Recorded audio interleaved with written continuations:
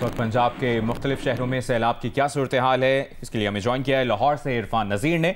मुल्तान से हमें अपडेट करेंगे इमरान चौधरी, जबकि वजीराबाद की सूरत हाल से आगाह करेंगे राना अंसर। सबसे पहले इरफान नज़ीर, लाहौर की सूरत हाल से मुतालिक आगाह कीजिए, कहाँ पर मौजूद हैं आप, क्या सिचुएशन देखी आपने अब तक?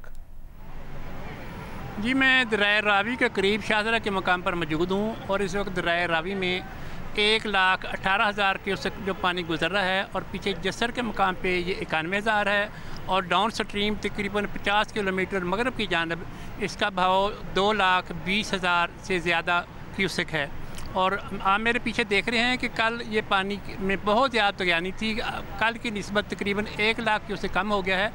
जिस जगह पे हम खड़े हैं दाएं जानब, जहाँ भी कुछ 40 से 50 फुट जो पानी उफ़की लिहाज से नीचे चला गया है। जो पिलर जो दाएं तरफ थे पहले वो तकरीबन आधे थे, अब वो नीचे से नज़र आ रहे हैं, तो भाव काफ़ी कम हो गया है। लेकिन पीछे कहा जा रहा है कि अभी जसर के मकाम पे थोड़ा सा इजाफा हो सकता है और इंडिया ने अगर खुदा न खास्ता मज़ीद पानी छोड़ दिया तो पानी के भाव में तेज़ी आ सकती है। बहरहाल इस वक्त यहाँ रावी में 1,18,000 क्यूसेक पानी गुजर रहा है और कल से ये 1 लाख कम है और डाउन स्ट्रीम की जानब ये बलोकी के करीब 2,20,000 से ज़्यादा गुजर रहा है।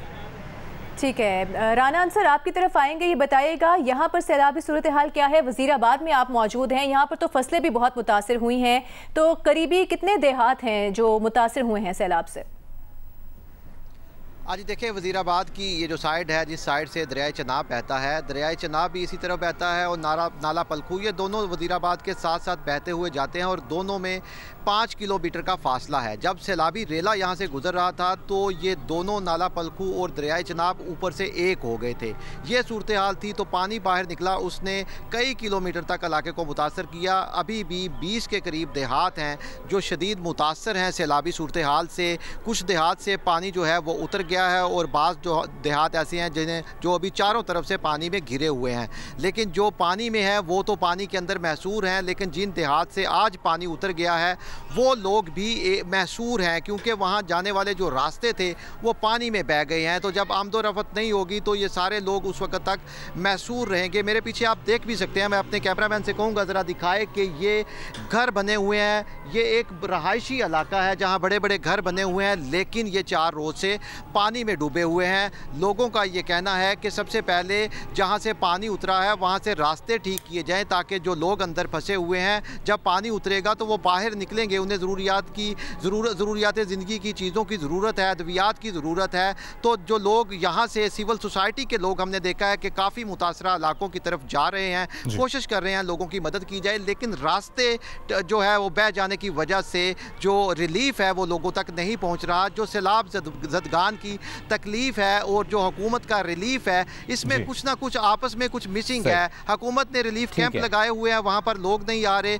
ठीक है राना सर। इमरान चौधरी, मुल्तान में कल से लेके अब तक या पिछले कुछ दिन से आप ये जो सूरत हाल देख रहे हैं, अभी क्या सिचुएशन देख रहे हैं और कितने अतराफ के इलाके हैं जो मुतासर हुए हैं, कितने देहात मुतासर हुए हैं? देखिए जी, इंतज़ामिया की जानिब से ये कहा गया था कि आज रात जो है वो 8 लाख क्यूसेक का रेला जो है वो मुल्तान की हदूद में दाखिल होगा। उसमें शायद अभी हमें बताया गया है कि 2 से 4 घंटे की तख़ीर हो जाए। अभी जो 100 से ज़ायद मवाज़ात हैं वो मुतासर हुए हैं और मैं अपने कैमरामैन से कहूँगा कि ज़रा वो ये दिखाए कि ये इंतज़ामात आपको नज़र आ रहे होंगे जो मुल्तान की इंतज़ामिया की जानिब से लोगों के लिए किए गए हैं। पहले लोगों ने अपनी मदद आपके तहत नकल मकानी की और अब ये एक टेंट बस्ती है। ये इस वक्त जो है वो मैंने अभी किए तो तकरीबन कोई 35 खैमे जो हैं वो लगाए गए हैं और 8 बाई 6 का एक खैमा है और ये वाटर प्रूफ भी नहीं है। शदीद बारिश पिछले 3 घंटे से हो रही है, ज़्यादा से ज़्यादा 2 चारपाइयाँ इस एक खैमे के अंदर आती हैं। कोई वॉशरूम का सिस्टम नहीं है जो एक बुनियादी ज़रूरत है। इसके पीछे, इन खैमों के पीछे एक बुनियादी मरकज़ सेहत है, उसकी दीवार तोड़ कर 2 वॉशरूम रखे गए हैं। अब ये सूरत हाल में लोग किस तरह से, जो इंतज़ामिया की जानिब से टेंट बस्ती लगाई गई है उसमें किस तरह से आएंगे? अब इंतज़ामिया ये दावा कर रही है कि 2 लाख से ज़ायद लोगों ने नकल मकानी की है। अब उनके लिए एक ये टेंट बस्ती है और एक इससे 2 किलोमीटर पीछे PDMA की टेंट बस्ती थी जिसके अंदर भी तकरीबन 30 से 35 खैमे हैं। तो वे मिला के जो खैमे हैं इनकी तादाद 100 से भी कम बनती है। अब इनमें एक खैमे में 2 से 3 से ज़्यादा लोग नहीं रह सकते, अगर लोग आएंगे भी सही। जब इस तरह की सहूलियात देंगे तो लोग किस तरह से आएंगे? ये सिर्फ़ और सिर्फ लोगों का ये कहना है कि पैसे का ज़िया है। इस तरह की जो सहूलियात दी जा रही हैं इसमें तो कोई शख्स जो है वो रहने के लिए तैयार नहीं है। लोग कहते हैं इससे बेहतर तो है कि हमें दरियाई इलाकों में रह के मौत कबूल है। ये तो मौत से भी बदतर ज़िंदगी है जो इंतज़ामिया कह रही है कि आप यहाँ पर आकर रहें। पिछले 3 घंटे से मुल्तान में शदीद बारिश हो रही है। लोगों का ये भी कहना था कि आज इतनी ज़्यादा एडवांस टेक्नोलॉजी है, क्या मुल्तान की इंतज़ामिया को नहीं पता था कि मौसम का कि फोरकास्ट क्या है? अगर लगाने थे तो यहाँ कासिम बेला के इलाके में कई जो है वो सरकारी स्कूल थे और अब स्कूल बंद भी हैं, तो क्या वहाँ पर जो था उनके लिए इंतज़ाम नहीं किया जा सकता था? वहाँ उनकी क्लासरूम थे, कमरे थे, उनको भी खाली करवाया जा सकता था। लेकिन कुछ संजीदा कोशिश जो है वो की नहीं जा रही यहाँ मुल्तान की इंतज़ामिया से, और लोग बेचारे बहुत ज़्यादा परेशान हैं। और ख़ास तौर पर उनके जो जानवर हैं वो भी खुले आसमान के नीचे पहले थे और अब बारिश शुरू हो गई है और वो बहुत ज़्यादा परेशान हैं। और अब तो जब उनसे हम बात करने की कोशिश करते हैं तो उस पर भी वो कहते हैं कि 3 दिन से आप हमारे मसाइल को उजागर कर रहे हैं, उसका रिजल्ट क्या निकला है?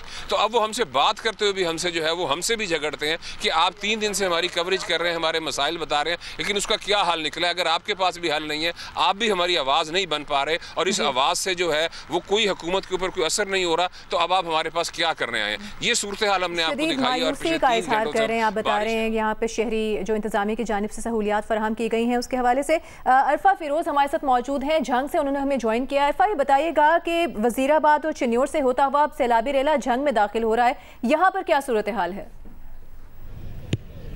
देखिए, झंग में जो है वो सैलाबी रेला दरियाए चनाब के ज़रिए दाखिल हो गया है और बिल्कुल जो पहला पॉइंट है उसका जो नदी है मेन झंग की, वहाँ मैं इस टाइम मौजूद हूँ। और इसके बाद जो है वो त्रीमू बराज है जहाँ से उस रेले ने गुजरना है। मैं आपसे कुछ देर कबल जो है वो रेस्क्यू 1122 की बोट पर पूरा एक राउंड लगा कर आया हूँ जो यहाँ गाँव है, क्योंकि दरियाए चनाब के साथ बिल्कुल ये गाँव है जो ज़ेर आब आ चुके हैं। सरगोदा की तरफ जो झंग से जाता है रास्ता वो भी इस टाइम ज़ेर आब आ चुका है, मुनक़ता हो चुका है बिल्कुल राब्ता।